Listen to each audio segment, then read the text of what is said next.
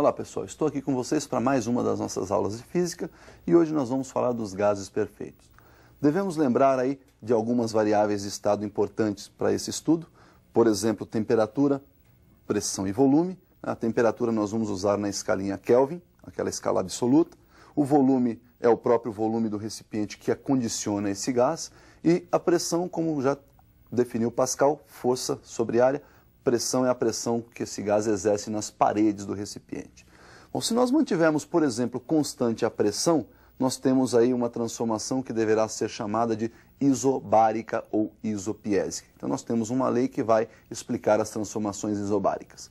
Se nós mantivermos, por exemplo, constante a temperatura constante, nós vamos ter aí as transformações isotérmicas, constante térmicas de temperatura. Então nós temos aí também uma lei que rege as transformações isotérmicas. E se nós considerarmos, por exemplo, o volume constante, nós temos as transformações isométricas ou isovolumétricas ou isocóricas, né? Então, volume constante, isocórica, isovolumétrica ou isométrica, também temos uma lei que rege essa nossa transformação.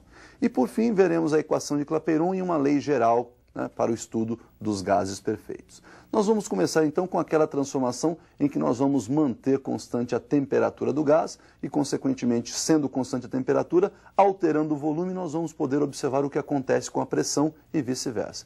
Então verifiquem essa primeira lei que foi elaborada por Boyle e Mariot. A lei de Boyle e Mariot rege então as transformações isotérmicas e nós temos aí que a temperatura então vai se manter constante. Observou-se então que, mantendo-se constante a temperatura, o produto da pressão pelo volume também se mantinha constante.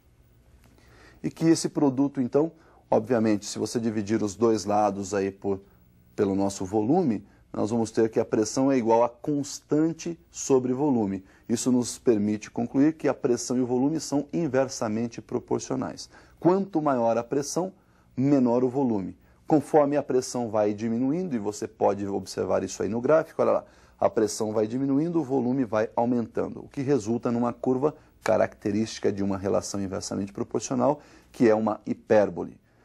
Percebam então que para cada pressão você tem um volume correspondente. Pressão P1, volume V1. Pressão P2, volume V2. Como PV é constante, eu posso dizer então que o produto da pressão P1 pelo volume V1 vai ser igual ao produto da pressão P2 pelo volume V2 e assim por diante. Isso então também nos permite concluir que todos os pontos que estão sobre esta curva, sobre esta hipérbole, têm a mesma temperatura absoluta. Pessoal, então esta é a primeira lei que rege lá as transformações isotérmicas. A segunda lei, elaborada por Gay-Lussac, ela rege as transformações isobáricas ou isopiésicas. Então nós também vamos definir essa lei mantendo lá a pressão constante e vendo o que vai acontecer com temperatura e volume. Qual a relação entre volume e temperatura? Observem. Nós temos aí uma lei que rege então as transformações isobáricas e mantendo então pressão constante, observou-se que tanto o volume quanto a temperatura variavam na mesma relação, ou seja, uma relação direta. Aumentando o volume, aumentava-se a temperatura. Concluiu-se então que volume era igual a constante vezes a temperatura. Nós temos então uma relação diretamente proporcional, portanto uma reta, e essa reta, percebam, não pode passar no cruzamento dos eixos porque nós não temos aí temperatura absoluta zero na prática. Então vai começar um pouquinho acima aí do cruzamento dos eixos. Para uma temperatura T1, volume correspondente V1, temperatura T2, volume V2.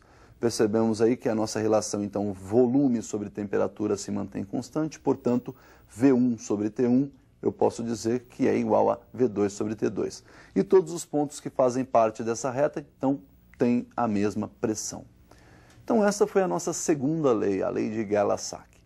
Terceira lei, elaborada por Charles, é aquela lei que rege as transformações isométricas ou isovolumétricas ou as leis isocóricas, né? Seria um terceiro nome, isocórica. Essa lei, então, é aquela onde nós vamos manter o volume constante, vamos variar a pressão e observar o que acontece com a temperatura. Então, vamos observar a lei de Charles aí no visual. Então, a lei de Charles rege as transformações isocóricas, né? Nós temos aí a pressão diretamente proporcional à temperatura, uma vez que o volume é mantido constante. Pressão igual constante vezes temperatura. Se dividirmos aí os dois lados da equação por temperatura, nós temos que a pressão sobre temperatura igual a um valor constante. Graficamente, essa relação também é representada por uma reta. Essa reta não pode cruzar, né, a origem dos eixos, porque nós, na prática, não temos uma temperatura absoluta zero. Para a temperatura T1, temos uma pressão equivalente P1. Para a temperatura T2, pressão P2. Observe, então, que conforme a pressão aumenta, a temperatura também aumenta. E vale a relação P sobre T constante. Portanto, P1 sobre T1 igual P2 sobre T2 e assim por diante. Todos os pontos que fazem parte dessa reta vão ter aí o mesmo volume. Bom, então nós vimos aí a lei de Charles, que é a lei que rege as transformações isométricas. Clapeyron, então, definiu uma equação que engloba aí a pressão, o volume e a temperatura em função daquela constante que nós vimos.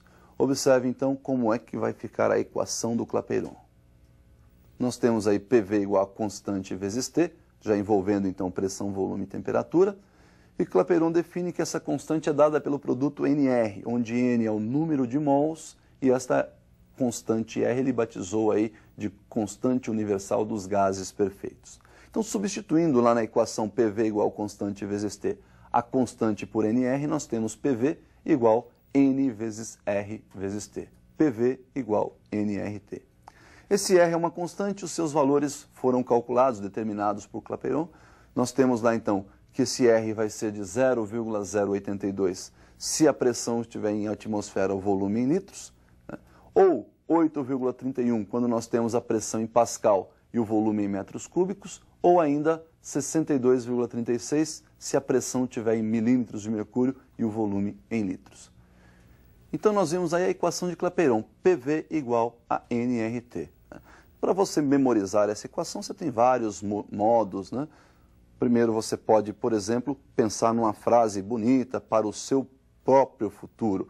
Por exemplo, para o vestibular, nunca rachei tanto. Esse rachei aí no sentido de estudar todos os dias, que é o que você deve estar fazendo. Ou ainda, aqueles que são mais fervorosos, para o vestibular, nunca rezei tanto, né? Porque tem aqueles que só vão lembrar de estudar no último dia. Não dá tempo, aí apela pelas orações, fica a noite inteira rezando e no outro dia dorme na hora da prova. Bom, mas deixando esse assunto de lado, nós vamos falar aí da lei geral que rege os gases perfeitos. Para observar essa lei geral, fiz um visual para você e nós vamos, a partir desse visual, definir a lei geral. Então nós temos aí, para definir a lei geral, um recipiente, no momento o volume V1, acondicionado nesse recipiente nós temos um gás. Esse gás então exerce aí uma força nas paredes do recipiente, consequentemente exerce uma pressão que eu chamei de P1. E o estado de agitação de suas moléculas nos permite medir sua temperatura, nós vamos chamar essa temperatura de T1. Bom, eu posso alterar qualquer uma dessas variáveis de estado. Posso mexer na pressão, posso mexer no volume e posso mexer na temperatura.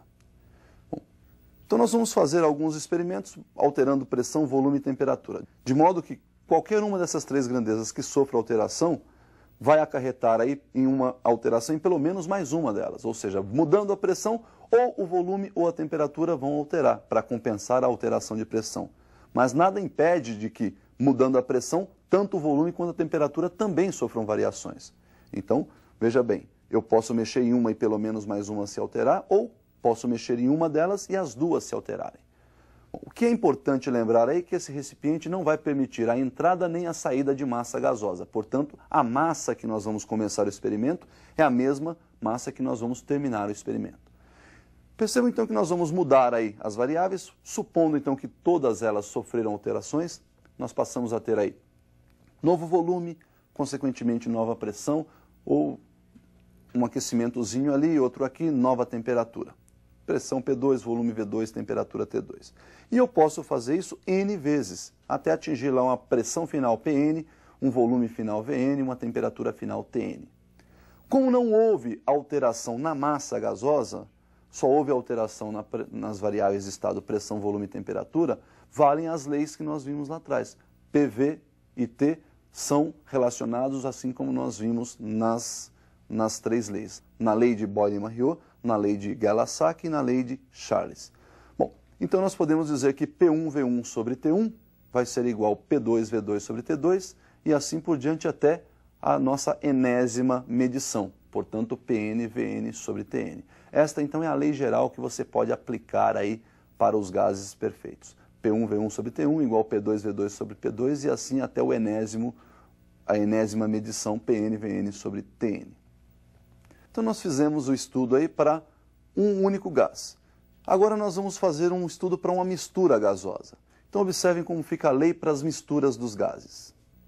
Então nas misturas gasosas nós temos aí, primeiro recipiente, um gás que está ocupando um volume V1, pressão que ele exerce P1, temperatura ou que mede o estado de agitação das moléculas aí nós chamamos de T1, e nós temos uma quantidade de gás, portanto temos aí um número de mols N1.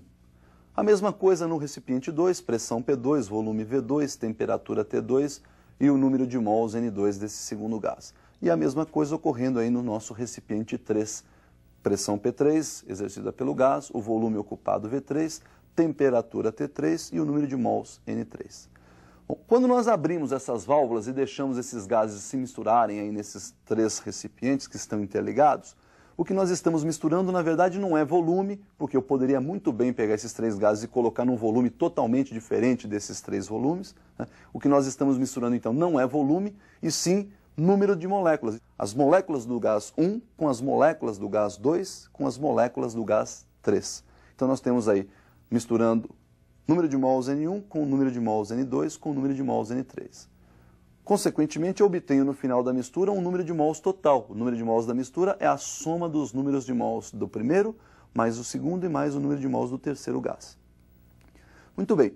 Como na equação de Clapeyron nós podemos obter o número de mols como sendo o produto da pressão pelo volume dividido pelo produto da constante universal pela temperatura absoluta, nós vamos substituir nessa equação do somatório dos números de mols todo o númerozinho de mols por PV sobre RT. Portanto, onde eu tenho o número de mols da mistura, fica a pressão da mistura multiplicada pelo volume da mistura, dividido pelo produto da constante pela temperatura da mistura.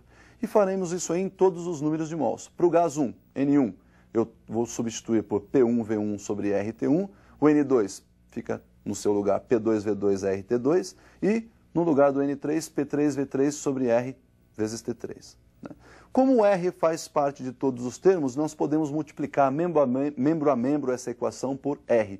Daí nós simplificamos então os R's de todos os denominadores e chegamos na lei geral aí das misturas, que diz que a pressão da mistura multiplicada pelo volume da mistura dividido pela temperatura da mistura é igual ao somatório dos produtos das pressões pelos volumes dividido pelas temperaturas. Então, P1, V1 sobre T1 mais P2, V2 sobre T2 mais P3, V3 sobre T3. Bom, pessoal, então nós vimos aí as leis que regem os gases perfeitos, a lei geral e a lei das misturas. Por hoje, o que nós tínhamos para ver sobre os gases perfeitos é isso aí. Espero você na nossa próxima aula. Até lá!